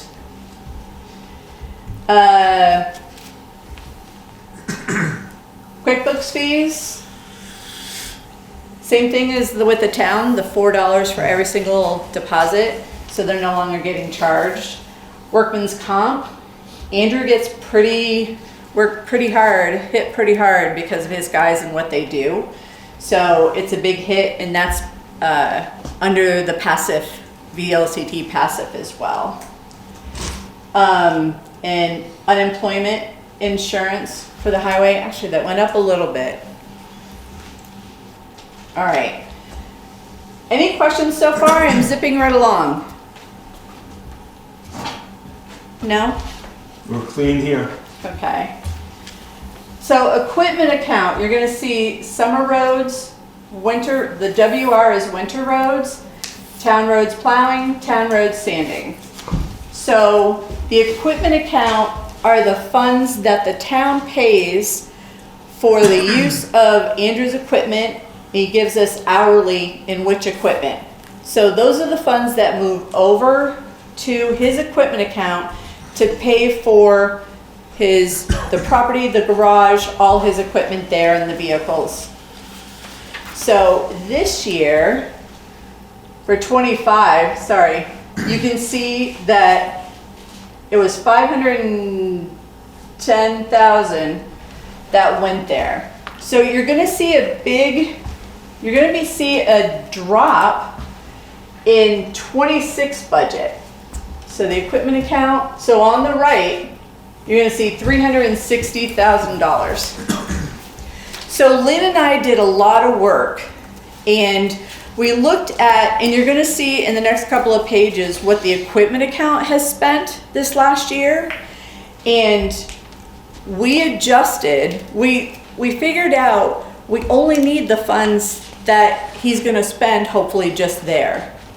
So we lowered the hourly rates that we pay for his equipment. And we figured out we just want to pull over just enough to give him the money to pay his stuff. So it made a big difference in what these numbers are, the total.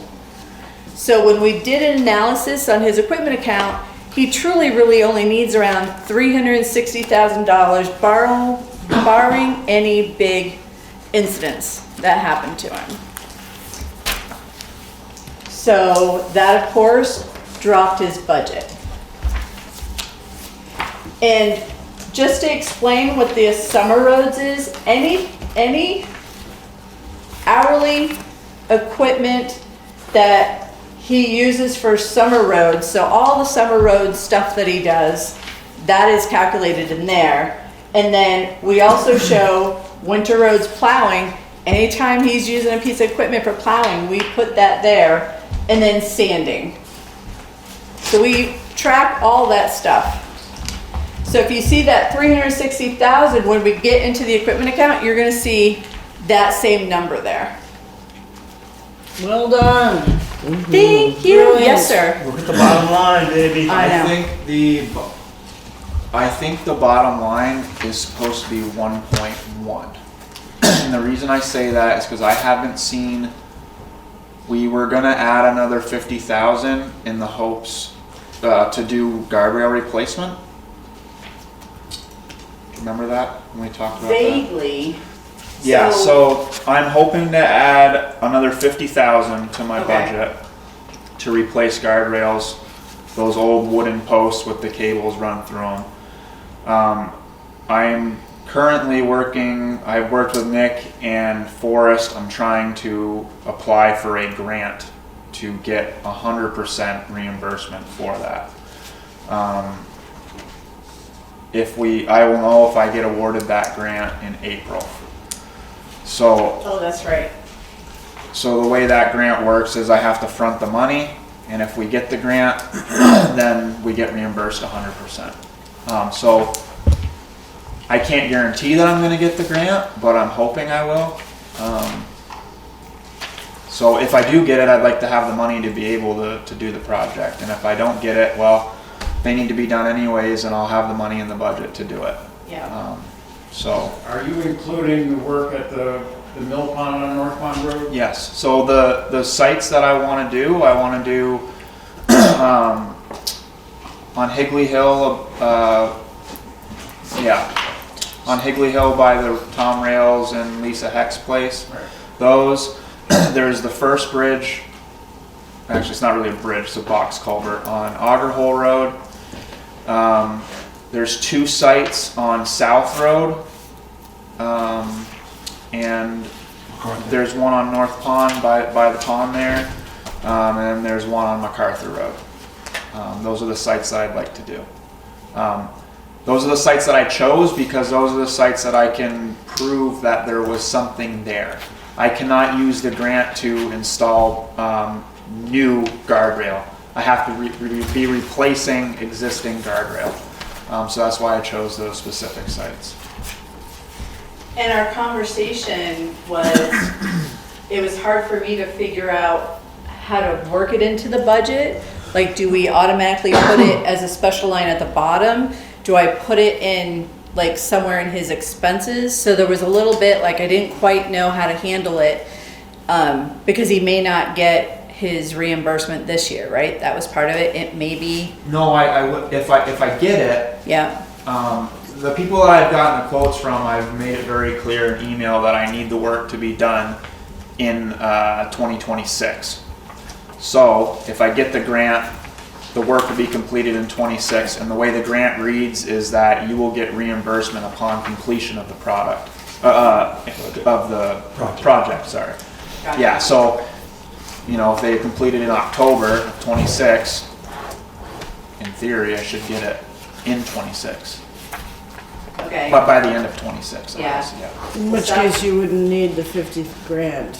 Well, you would, because you have to front the money. Okay, But then we'd Yeah. have money left over at the end of the year, okay. hopefully. Yeah. All right, I'll that somewhere. Still a savings. All right. Yeah, put it on that green page somewhere. Yes, ma'am. In my packet, 16, 17, and 18 are a repeat. Of 13, 14, 15. Yeah. So, So you could skip past those. North Pond, You go to Hickman Hill, 19. South Road, are those the main three? The main one? Yeah, that you just said the Oops, places where sorry, guardrails guys. would go. I'm just trying But to just get. go to 19. Just go to 19. Let me Higgly finish Hill. 15. hold on, repeat the guardrails. Higley Hill, Auger Hole, North Pond, MacArthur, and there's two sites. Two on South. Thank you. So Page just 19. to, right, but just to finish out, so however we work it, that $1,050,580 may go up to accommodate that guardrail thing. Not exactly sure how I'm gonna do it, so that may change a little bit. All right. Huh? 19? Yes. Gotta flip to 19. Jeez, Rebecca. So basically, even with the guardrail thing, you're looking at $200,000 reduction in budget. Yes. This budget, the 1,050,000, actually was the budget 24. So he's cut that budget and we were able to figure out how to cut the budget. So Is this also going to be the first stage of some reduction? We hope so. I'm hoping that year to year we can cut this budget. I don't think that's gonna happen. Because I think this is bare minimum. absolutely is bare minimum. The only way that I can foresee having any more significant budget cuts is if we don't do the amount of work that we've been doing. If we don't plow the amount that we've been plowing, if we don't sand the amount that we've been sanding. I personally don't want to do that. I think we've been moving forward with the road maintenance, and I really don't want to go backwards. So I know it's not what a lot of people probably want to hear, but I really do think that this new number is operating. It really is. Jeff? But we will have a somewhat reduction in 27 because of the loan payoffs. Sure. We'll use some of that money to help pay off beamers, but some of it will help reduce, it will reduce our road budget. Because that's where we're paying for those loans out of, is out of the road budget. So we will see that drop in 2027. We're gonna have to buy a new truck, but it's not gonna be a big truck, not gonna be a road grader and two other trucks. It's just one truck, and that's why we're doing the equipment fund to help plan for that. Yeah, and to offset that, so by the time we get to middle of 27, every single piece of equipment at the highway is paid off. So they do have that truck, and so we would have saved 150,000 before then, because we're parking away 50,000 every year. And then the hope is that difference to purchase, the state of Vermont gives an equipment loan fund, and it is usually around 2%. So even if we have to borrow a little bit to buy the truck, it's not at a huge cost. Darn, I thought about something else and I forgot. Thank you. Thank you guys. Got 15 minutes, go. So, page 19 at the top, these are all the shop garage supplies that Andrew has spent to run his garage and his equipment. So there's tools, there's parts, there's all kinds of stuff there. So there's a little bit of overage, but not much. And again, he has not increased his budget, even though he went over a little bit. So he's really gonna try to keep his costs down. Let's go down to. What's 53005, the highway property expenses, 0003000. I'll have to remember what Andrew told me. Is The that highway new property. shed? Is that a new shed or something? I thought you said it was like chains. If you're working someplace and you have to have, is that what I thought you told me it was? That's what I told you initially, that's why we put it on there, because he was doing work, basically Molly, that's for any work that he actually does for the property. Okay, yeah. We'd never had it before, but, think that- 24, he bought some chains Yeah, for I the think that property. covered the cement, the precast piers that I used to block off the sand pit entrance, the cable and all that stuff to build that. I think is what that was. This is, okay. Was this the salt shed you were hoping to get? No, that was where you have new garage door needed. I bailed on the salt shed, so garage door crapped out. So what are you gonna use the $3,000 for in 2026? We're gonna probably I can figure remove it. out if you want. I'll look at what he gave me, but it might have changed, and I just didn't take it off. I'm gonna review his budget and see what we said. All right. Right, so we're at 54001, halfway down the page, the garage building repairs. He needed new garage doors. One. That's the 8,000. Oh, one. We did get the bill for that, and so it was under a little bit, so. Yeah. What was the 38 for? What was the actual in 25? That was, those were also garage door repairs. Our garage doors they're crumbling apart. So last winter there was 2 repairs that need to be made. One of them actually got hit, but the other one, the springs just flew apart, so we couldn't use the doors, couldn't even pick them up. Great. So. Use the So bucket this loader. $8,000 is replacing? Yes, we replaced one door, and they actually came this week and got it installed. So we have one brand new door, and we need another one, but I'm gonna wait a year. Hopefully we can get through it without it falling down. Plywood. Yeah. Next section, new equipment. So these are, hello. These are the loans that are remaining for the top 3. So that first one you'll see, the 2014 Western Star, that's the cost in 26 that we're going to have to pay in loan payments. The grader, the next line, that's what's expected to pay in 26. And then the case loader. And the case loader is the one that is from that state of Vermont equipment loan. So we only get charged like 2% on that one. All the other stuff was stuff that he bought, and we no longer need it.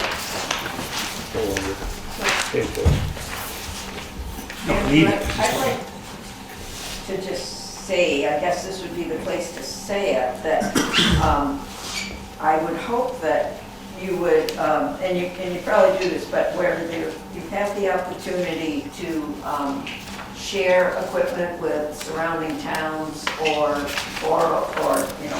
get equipment on loan, rent equipment, rather than purchase some of the equipment that comes up that you need, that you don't need have all the time, that you take advantage of opportunities. Yeah, so I actually borrow quite a, wouldn't necessarily say equipment, but I borrow quite a bit of Supplies. tools, maybe supplies you would call them, from the town of Dover. As far as equipment's concerned, if I go ask Halifax to borrow their grader, they're gonna tell me no way, you know. I'm sure the grader is not something that. Equipment, I'm just using the grader, Gail, because that's what I know, because I did a lot of research when I asked the town to purchase a new grader. Just a general comment. Right, I'm just, so for a number, right, we were looking, this was 2 years ago, 3 years ago, we were looking at $10,000 a month to rent a grader. And I don't think an excavator's probably the same thing. I'd love to rent a roller for after grading roads to roll it, but you know, that's just an extra expense that I didn't want. I thought we could get by with what we got, you know, and I think as of right now we have we're limping along our backhoe. I want to keep the backhoe as long as we can. The issue that I'm having right now is there has been some repairs. The issue is finding parts for it because it's so old, and when I do find parts, we just replaced a valve body on the backhoe for the hydraulics, and it was like $5,000 for something that, you know, it's a early 2000s, I think, you know. So I hear what you're saying, but I guess I think we have all the equipment that we need to do the work that we need to do. But yeah, I do utilize other towns when I can. Yeah, that makes sense. So you now own a hydroseeder, a pressure washer, correct?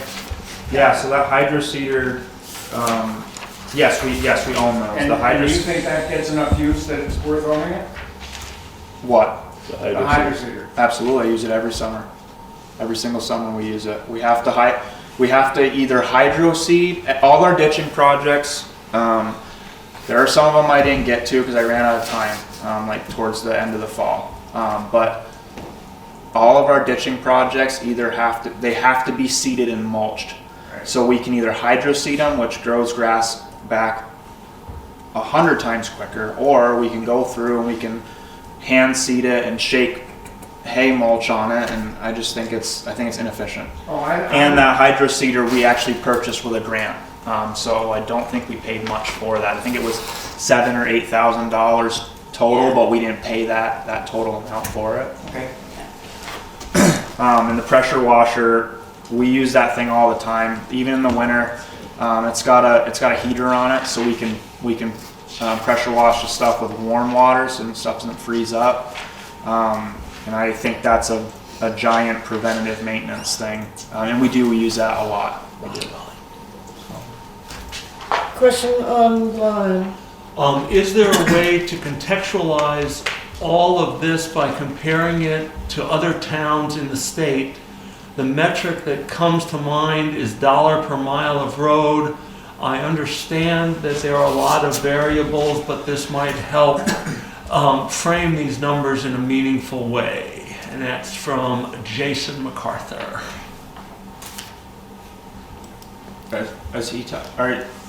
Jason, are you talking about the bottom dollar amount? I don't know if he can get on. Jason, can you access your microphone? You know, if you're talking. I think. Sorry, I am unmuted here. Yes, bottom dollar, Andrew. So rather, you know, it's great to see the granular information. Yeah. But I have no idea how to really interpret it all. Right. And so I just am curious, like, is there a way to say, you know, the range in the state is this per mile of road or something like that? I'm just curious. So as far as per mile of road, the only number that I can give you, and I can't give it to you now because I'm not good with math, but I did do quick math at one point with the funding that we get from the state of Vermont for the class 2 and class 3 roads. If you take those numbers and divide it by how many road miles we have total in town, you can find that per mile figure roughly, is how you can find that number.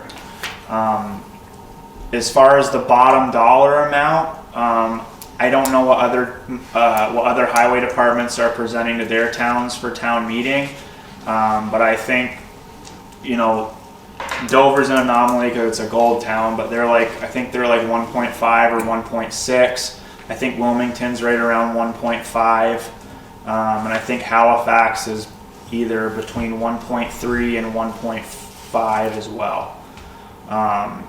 You know, I don't know what Newfane is. I don't know what Townsend is. But you can actually find, I think you can find that information. I think that's public information also, right on those towns' websites. They should have their older reports, like from last year. I will ask, since I'm on the transportation committee for the WRC, I will ask them, they may compile these numbers. Maybe, yeah. I'll see if they've got something. Yeah. And if they do, and it is publishable, Andrew and I'll put something together and publish it to the town. Not forgetting that 56 miles in Marlboro is not going to be anything like 56 miles in Guilford. Oh yeah, no, I mean, and, you know, and that's what I would ask them if they have comparable, you know, dirt road. There's you know, nothing dirt road. like Marlboro. Believe me, I've lived in a lot of towns. We're special. Okay. We're autistic. Let's go, Rebecca. Equipment maintenance. Woo. Equipment maintenance. So we're on page 20. Equipment maintenance. Andrew got to that first line, 55015, outside equipment truck repair. Andrew unfortunately got hit with a big hit because he had 2 vehicles, so that really needed to be fixed. Oh my god. So those 2 vehicles, we had 2 trucks go down, and the system that controls all the federal emissions stuff crapped out on us, and those were roughly between $15,000 and $18,000 a piece to fix. And the truck literally would not run without it. So that was very unfortunate that it happened twice last winter. So, and who knows if they'll do it again? I don't know. Right. It's one of those things where I don't. Rebecca and I didn't feel comfortable budgeting for that because it's kind of one of those things. It could happen to a brand new truck. It could happen to a 20-year-old truck. You know, it's just something that happens. And that's one of the reasons why we want to put that savings account aside, that 10,000 we're doing. If we start building that up, this kind of hits really isn't a big deal. Right. Well, a big deal, but it won't be such a hit to us. All right. Lubrication, he had to go up a little bit. Parts maintenance, he was totally on task. Parts repair, he was under. Plow parts, you can see all those stuff. You guys can scan through, I'm not gonna go through all of them. But he really has, him and I go line by line, and him and I go through the budget. And if you guys know me, I really try to, okay, what do we need against what we want? So he was very kind, and the select board was very kind, and we really have tried to whittle it down. I think that was the only big hit that he had, was that truck repair.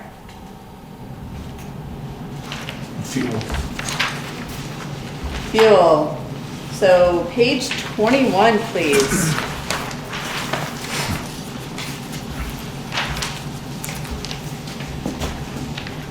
So this diesel fuel purchase was which is the top of 21. This can vary a little bit. He did not actually go over. That's the money that we are due from the buses or the fire department. We just haven't received it yet.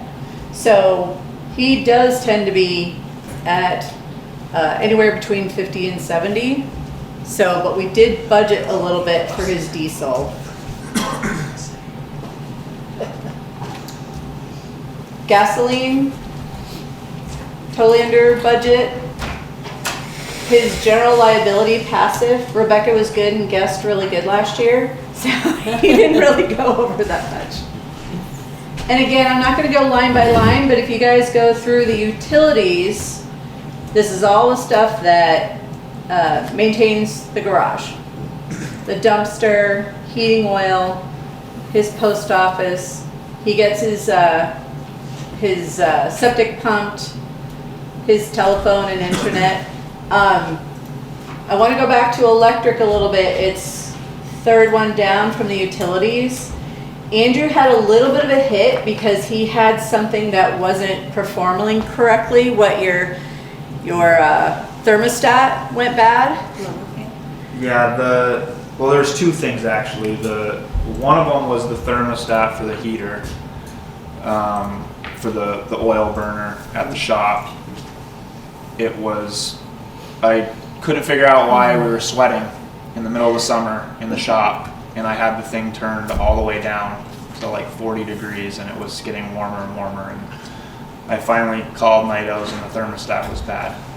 That was one of them. The other thing was that we were running the positive pressure fan in the shop for like 2 weeks anyways, straight, 24 hours a day. It was really humid.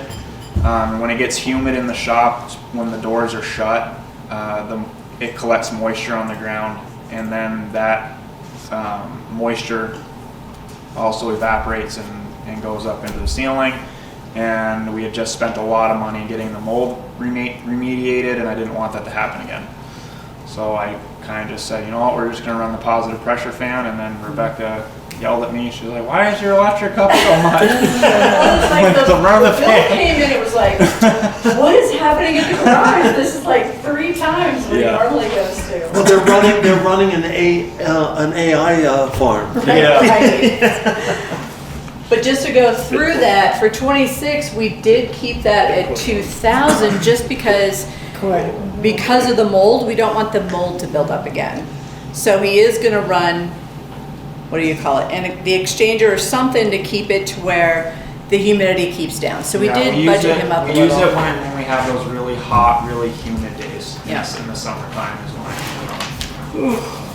Yeah, and what was it, $300 a month? It was like bumped up to $300 a month. Yeah, and it was like, oh my God. Whoa, definitely not usually like that. Okay, so septic. Andrew does have a road foreman phone. Just to remind everybody, you can always call him or text him. Yeah, the number's on the directory. Yep. Bank fees for his checking account. And then if we could, so remember me talking about on the highway side, there is the summer roads, the winter plowing and the winter sanding, and that was around $360,000. That's the funds that go to the equipment account. You can see the 26 budget, it's around $351,000. So we bumped it up just a tad, but we didn't need so much money going to that, so that's why we lowered the hourly rate on his equipment use. So that's what we're expecting to spend in the equipment account. So just to be clear, this total down here is not in addition to the 1.1. It's explaining part of where that $360,000 is going. Correct. Thank you. You're very welcome. That can get confusing. I think it took me 2 years to finally understand that one. This is included in his budget already in that equipment account thing. So, any questions? That's the end. Online folks, anything you have an overall question on before we adjourn this portion of the meeting? Hand raise, vocal exclamation. Now, another reminder. Is there any more time? Huh? Is there any more time with this section? Not really. Did you need some? We have So, I'm still concerned about the issue of the road ditching. I have not talked with anyone who thinks it's not dangerous, the end result. And I understand, I've talked with Andrew quite a bit about this, and I understand that it's a state mandated thing and all that. But some of these roads are very dangerous to drive on now. And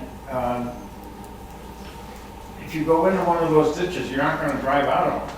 You're going to have to get pulled out, and you'll probably have damage to your vehicle. And I'm just concerned about how much of the road they take up. Can I ask a quick question? North Pond Road got a bunch of ditching and stuff. He fixed where water was just going nuts and he had a bunch of washouts. Is it because there were some really wide ditches, like it was there was a gradual drop and then it went up.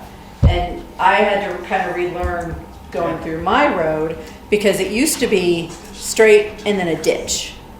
So there is a little bit, it's like you have to really not go close to that because I could see slipping. I guess what I'm gonna, my request to Andrew is, and I'm sure that you keep this in mind, but I'm just gonna say it anyway. To try to keep the road width so that two cars can pass comfortably, safely. Right now they're like cowpath 40 below my daughter's. It's not safe. And I realize that that's a different, it's a narrow road there, but I just think it's spending money that, and I know that you've got these requirements and all that, but I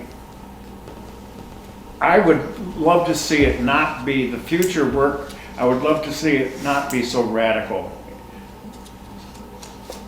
I'll just say that. No, Andrew, you don't narrow the road, the ditches outside the range of the road. No, so I know what you mean, Jonathan. The road itself actually is not narrower. It's the same width. The difference is there's actually a ditch there now. In that specific area, there was a little ditch, and it was full of water. So if you went in that ditch, in some places you weren't coming out of that either because you were mired in a mud hole. So we are not actually narrowing any road width. We are just installing a ditch where there should be, or there was, way before my time. I agree with you in some aspects, and I disagree also. And the reason I say that is I've heard this for years. I think it's in the planning commission too, or whatever, or the town plan. People want these windy, narrow roads with trees and brush because it calms traffic down. If people know that there's a giant ditch there, I think that's a traffic calming thing. People should drive slower. Do you know what I mean? I know it's funny, but it's like on one hand, people want these incredibly, in my opinion, dangerous, windy roads where you can't see around the corner because I can't cut any brush or trees. And then on the other hand, when there is an obstacle that appears to be really unsafe, they don't like it. And I don't know why they don't like it, because you'll have to drive slower. So I'm really torn. I'm really torn with those. It's almost like there's two conflicting things going on here, and we can't have it all. And more to the point, the times of the former road foreman did not ditch, did not cut brush, And there I is so totally- much decay and so much danger. Yep, I totally agree with all of that. So we need to cut brush so that people can see. Yeah, right? I'm not opposed to cutting brush. And the storm water is getting to be more and more extreme with climate change. Really, you know, you want to avoid a Montpelier, you have ditches. You know, although that's not fair because Montpelier was a river flood, but Irene, you know, you remember being stranded here I do remember that, yes. for many, many days. So it's kind of like, do we believe in science? I don't think Or not. I don't think Ames Hill is going to be that bad, Jonathan. I've looked at it a lot, and I think there's going to be more ditch cleaning that needs to be done. You know, there's already a ditch there. You know, it just needs to be reestablished. And yeah, it's going to be noticeable. It's a heavily traveled road. It's going to be noticeable for a while, and then, you know, if the weather works with us, in 3 or 4 days, there's going to be nice green grass growing on the ditch, and you know, and the brush will grow back. All that stuff will grow back. But I'm kind of envisioning in most places, except for really close to Cowpath 40, a lot of it is just going to be reshaping and just cleaning out the existing ditch. Maybe a little deeper so we can get some stone in there in areas that we need to have stone.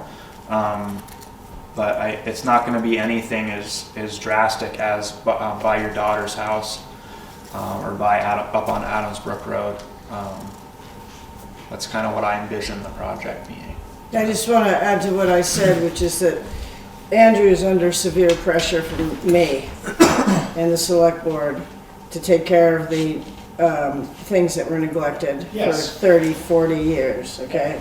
So direct your complaints here, okay?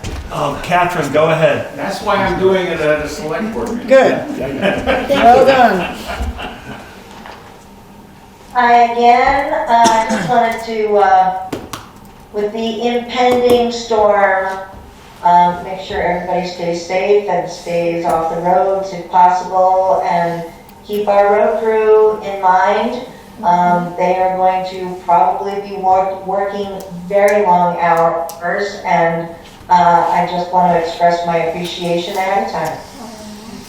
Thank you, Catherine. Thank you. Thank you. That's right, people can bring muffins, donuts, Crock pots of chili. No, Stay off the road. They cannot. Anyone who wants to do a ride along can. Just text me on the way by my house and I'll toss it in the truck for you. Okay, can we move on to the next thing? I think we can end this section, and the select board's got a couple of things in terms of approving the warning and such, and you're welcome to stay for that, or if you want, since we are having a special meeting on Monday, that still will give Forrest and I enough time Yeah, let's do that. to get it posted and give Rebecca some time to revamp a few numbers that she has to Sounds revamp good. and give us a final number. Let's do that. If you want to get out of here Yep. now. That'd be great. I'm working tomorrow, so. And The one thing I will say is Forrest did email you something to look at in yeah, regards to. that's what I was going to ask about, is do we have a clear process about rejecting frivolous things? John, we should talk about it. Okay. You'd be willing to sign my petition to run for the select board? Is that on the agenda? No, we're adjourned. I make a motion to adjourn this meeting. At what time is it? I can't. I'd like to thank 8:14. Rebecca and Lou